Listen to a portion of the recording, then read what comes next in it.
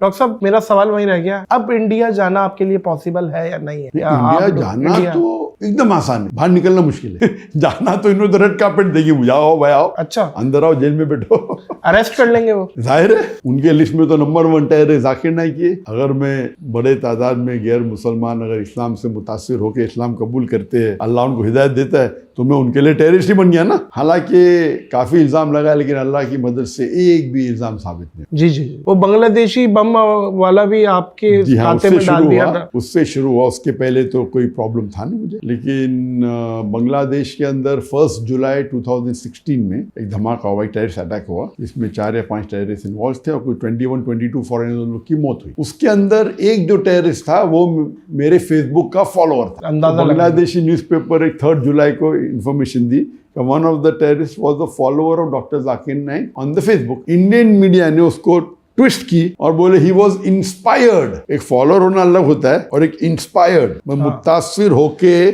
Terrorist act करना अलग होता है, और एक फॉलोअर होना चाहिए। तासुर दे दिया कि आपका साथी है। हाँ, लेकिन जाकिर नाइक के लेक्चर देख के उसने टेररिस्ट अटैक किया इनडायरेक्ट। तौबा है। तो इंडिया मीडिया में, और उस टाइम वो हफ्ते में अल्हम्दुलिल्लाह maximum search name in the world वो जाकिर नाइक। अब गूगल के ऊपर Zakir Naik every day about 40-50 newspaper में, और इंडियन न्यूज़पेपर तो मुझे ओवरनाइट सर मोदी गवर्नमेंट ने मुझे और फेमस बना दी। तो इसीलिए मैंने कहा जज़ाकल्लाह।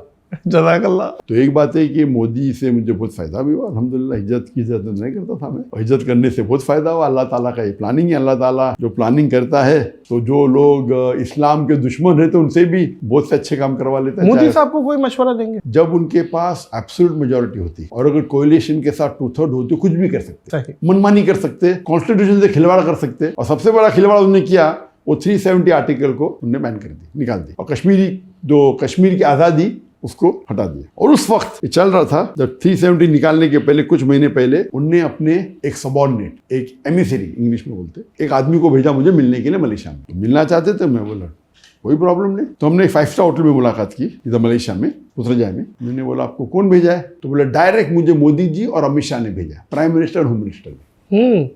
ये कभी की बात है, 2018 जब ये 370 आर्टिकल निकला कश्मीर का, उसके 18 था या 2018 तकरीबन 19 जो भी था। तो क्या बात हुई इसमें? उन्होंने कहा कि हम आपके हमारे बीच में दरमियान मिसअंडरस्टैंडिंग हटाना चाहते, वो पैचअप करना चाह रहे थे आप? हाँ बिल्कुल सही। क्यों? तो बात तकरीबन हुई 5-6 घंटे तक। अच्छा। लंच भी किया अपने साथ में। तो बोले नहीं, आप इतने मशहूर है, हम आपके साथ होना चाहते, हम चाहते आपको एकदम वापस इंडिया बुलाए। आप चाहते क्या है? बोले कुछ नहीं, हम चाहते ट्रैप तो नहीं था डॉक्टर साहब के आए तो पकड़ लो, अल्लाह वालों। अच्छा। तो मैंने बोला कि आप चाहते क्या है? नहीं, हम सिर्फ चाहते हैं कि हमारे ताल्लुकात अच्छे हो जाए। तो मैं उन्हें साफ कहा कि देखो, आप अगर मुझसे कुछ काम लेना चाहते हैं, मैं मेरे देश के लिए, मुल्क के लिए काम करने को तैयार हूँ। मेरी 2 शर्तें। एक शर्त है, जो आप मुझे कहेंगे वो कुरान और हदीस के खिलाफ नहीं होना चाहिए, नंबर 1 शर्त। अल्लाह और अल्लाह के रसूल टीचिंग के खिलाफ नहीं होना चाहिए। और नंबर 2, मुझे आपके पैसे की जरूरत नहीं। अगर ये 2 शर्त पूरी हो जाती, आप जो मुझसे काम लेना चाहते, मैं मेरे मुल्क के लिए हाजिर हूँ। फिर तो बोला वेरी गुड, नो प्रॉब्लम। तो गुफ्तगू हुई, काफ़ी गुफ्तगू हुई। आप चाहते क्या? नहीं कुछ नहीं, हम कोशिश करेंगे अभी आपको वापसी आने के लिए। तो उस वक्त तो कुछ कहा नहीं, लेकिन एकदम पैचअप कर लिया ऐसा कि अभी हम with in couple of months आप वापस से आ सकते। मुझे उम्मीद तो थी नहीं। फिर मुझे कहने लगे वो आदमी, शख्स जो आया था उधर से, दिल्ली से, हम चाहते हैं कि आप हमारी गवर्नमेंट को सपोर्ट करो कश्मीर इशू पे, कि जो हम 370 आर्टिकल को निकाल रहे वो सही है। मैंने कहा ये तो नामुमकिन है, मैं मेरे मुसलमान भाइयों के साथ गद्दारी कर ही नहीं सकता। तो मुसलमान कश्मीर में उनका हक है फ्रीडम, और जो ने मुआहदा किया है उसके तहत रहे तो कोई प्रॉब्लम नहीं। Article 370 the part of the it's a constitution, इसके अंदर दे हैव गॉट फ्रीडम। इसमें तो मैं कुछ कर नहीं सकती। तो ये तो कुरान के खिलाफ है, हदीस के खिलाफ है, मेरे मुसलमान भाई का गद्दारी है, आउट ऑफ द क्वेश्चन। हाँ, ये बोल सकता हूँ क्या गलत हो रहा है, ये बोल सकता हूँ क्या गलत हो रहा है, and I am totally against it. ठीक है, उनका स्टाइल था, ये बीजेपी गवर्नमेंट का स्टाइल है कि मुसलमान को अगर जो चाहते हैं अपने काम कराने के लिए, चाहे उलमा हो, चाहे बिजनेसमैन मुसलमान हो, कोई भी हो, या गैर मुस्लिम हो, वो पहले आके प्यार से बात कर, फिर कोशिश करते पैसे दे के खरीदने की। नहीं खरीद जाता धमकी देते अंदर कर लेंगे, ये उनका फॉर्मूला है। प्यार से करके तारीफ करो, हम तुमको फ़ायदा देंगे। नंबर 2, पैसे दे के खरीद। अक्सर ये पहले 2 में अक्सर लोग मान देते, तीसरा है नहीं करेंगे तो हम ईडी की रेट डालेंगे, इनकम टैक्स की रेट डालेंगे। तो मेरे साथ तो सब कुछ कर लिया उन्होंने, मुझे प्रॉब्लम ही नहीं, पुलिस भेजे, ईडी भेजे, ये भेजे, नंबर 1 टेररिस्ट कह दिया। तो मैं थैंक यू बोलता, अगर लोग मुसलमान में तो काफ़ी लोग, अक्सर लोग जानते थे इंडिया में, गैर मुस्लिम में भी जानते थे, लेकिन मोदी के बाद ये गोदी मीडिया जो है, वो जो मुझे हमेशा मीडिया पे आने की वजह से अभी तो माशाअल्लाह, उनका मेन प्रॉब्लम था कि जब मुसलमान में लेक्चर में आते वो अलग बात है, लेकिन मुतासर होके वो इस्लाम की जो गलत फहमी दूर हो जाते और काफ़ी लोग इस्लाम भी कबूल करते, तो उसके वजह से उनका नुकसान हो रहा था, वो हिंदुत्व का जो स्टेटमेंट था ना।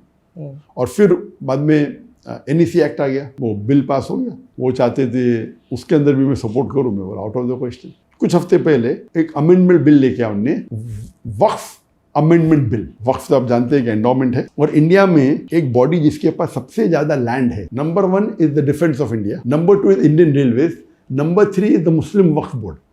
तो मुस्लिम वक्फ की तो जायदाद है, जो प्रॉपर्टी है, वो 9.4 लाख एकड़ है, 9.5 लाख तकरीबन, 9.5 लाख एकड़ है, बताइए, અને 41 बिलियन स्क्वायर फीट, અને 3,800 स्क्वायर किलोमीटर, कंट्री से ज्यादा है। हमने छोटे छोटे कंट्री जो बाहर में, उससे बड़ी है। जी जी जी जी। तो ये अभी बिल में अमेंडमेंट लेना चाहते हैं, अब ये मोदी गवर्नमेंट उसको हड़प करना चाहता है। 3rd लार्जेस्ट प्राइवेट है ये वक्फ जो है, इट्स नॉट पब्लिक, और बाकी तो गवर्नमेंट की है ना, डिफेंस एंड रेलवे, ये तो प्राइवेट है मुसलमान की, यानी अल्लाह के लिए वक्फ किया गया है, it should benefit only the Muslims. तो उसके अंदर वो अमेंडमेंट लेना चाहते हैं। आपको शायद पता नहीं होगा, दुनिया का सबसे एक्सपेंसिव घर किधर है? बम्बई में।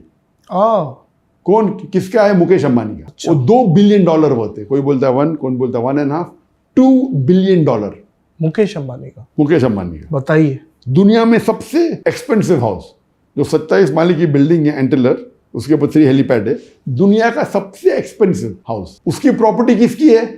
वक्फ बोर्ड की प्रॉपर्टी। अच्छा, ये मुस्लिम वक्फ थी, लेकिन जब ये अगर अमेंडमेंट बिल आ गया तो गवर्नमेंट चाहे तो आराम से प्रॉपर्टी हड़प कर सकते। तो ये मैंने चंद रोज पहले कहा, मेरा जो लास्ट सैटरडे हुआ था, अभी क्या है, थर्सडे, तो 4 या 5 दिन पहले मैंने मेरे लाइव Q&A में कहा, आज डॉक्टर जाकिर में, तो अभी इंडिया मीडिया में ऑफिस से आ गया, डॉक्टर जाकिर नाइक भड़कीले बयान दे रहा है, मुसलमान को भड़का रहा है इंडियन गवर्नमेंट के खिलाफ। शुरू हो गया। अब इंडिया आप नहीं जाएंगे? न, अल्लाह चाहा तो क्यों नहीं, अगर अभी मोदी नहीं रहा और जो नेक्स्ट गवर्नमेंट अगर जस्ट रहेंगे तो जरूर जाऊंगा मैं, क्योंकि अभी तक के I have not been convicted.